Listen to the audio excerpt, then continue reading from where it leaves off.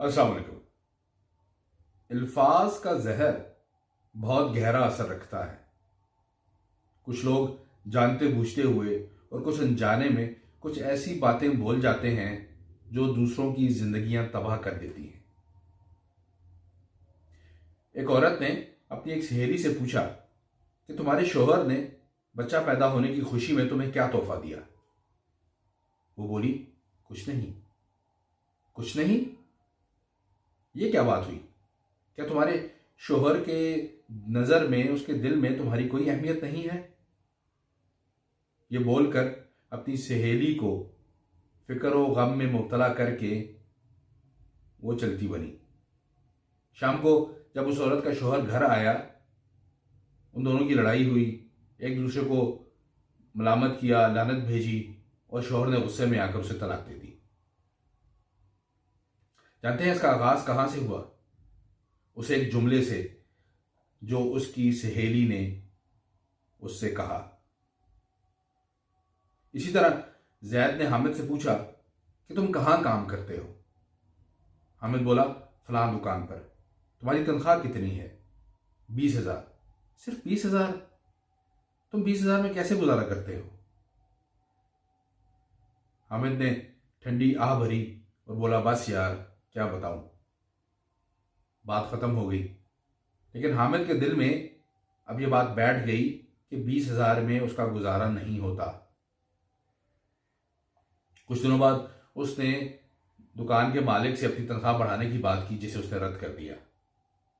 उसने दिल बर्दाश्ता होकर नौकरी छोड़ दी और बेरोजगार हो गया।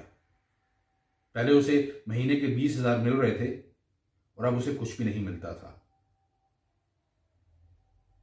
एक शख्स ने एक दूसरे शख्स से पूछा, तुम अकेले रहते हो, तुम्हारा जवान बेटा है, क्या वो तुम्हें मिलने नहीं आता? वो शख्स बोला, आता है, लेकिन वो बहुत मसरूफ होता है। उसकी अपनी एक जिंदगी है, उसके बीवी बच्चे हैं। जब भी उसे टाइम मिलता है वो मुझसे मिलने आता है। दूसरा शख्स बोला, ये क्या बात हुई? तुमने उसे पाला पोसा, उसे बड़ा किया, उसे इस काबिल बनाया कि वो एक अच्छी नौकरी, अच्छा कारोबार करे, और उसके पास तुम्हारे लिए ही वक्त नहीं है। ये बात उस शख्स के दिल में बैठ गई। अगली दफा जब उसका बेटा उससे मिलने आया तो उसके दिल में एक खलिश सी पैदा हो गई कि इसके पास तो मेरे लिए वक्त ही नहीं है।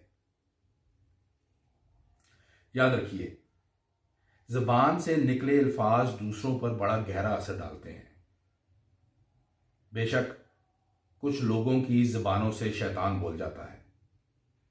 हमारी रोज़मर्रा की ज़िंदगी में कुछ सवालात हमें बहुत मासूम लगते हैं। तुमने ये क्यों नहीं खरीदा? तुम्हारे पास ये क्यों नहीं है? तुम उस शख्स के साथ सारी ज़िंदगी कैसे गुजार सकते हो?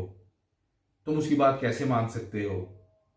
इस तरह के बेशतर सवालात नादानी में या बिला मकसद हम पूछ बैठते हैं, जबकि ये भूल जाते हैं कि हमारे ये सवालात सुनने वाले के दिल में नफरत या मोहब्बत का कौन सा बीज बो रहे हैं।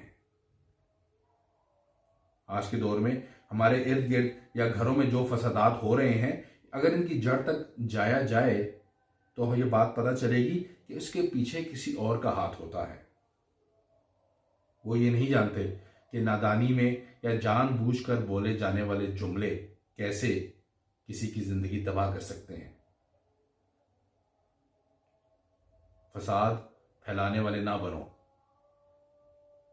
लोगों के घरों में अंधे बनकर दाखिल हो और वहां से गूंगे बनकर निकलो।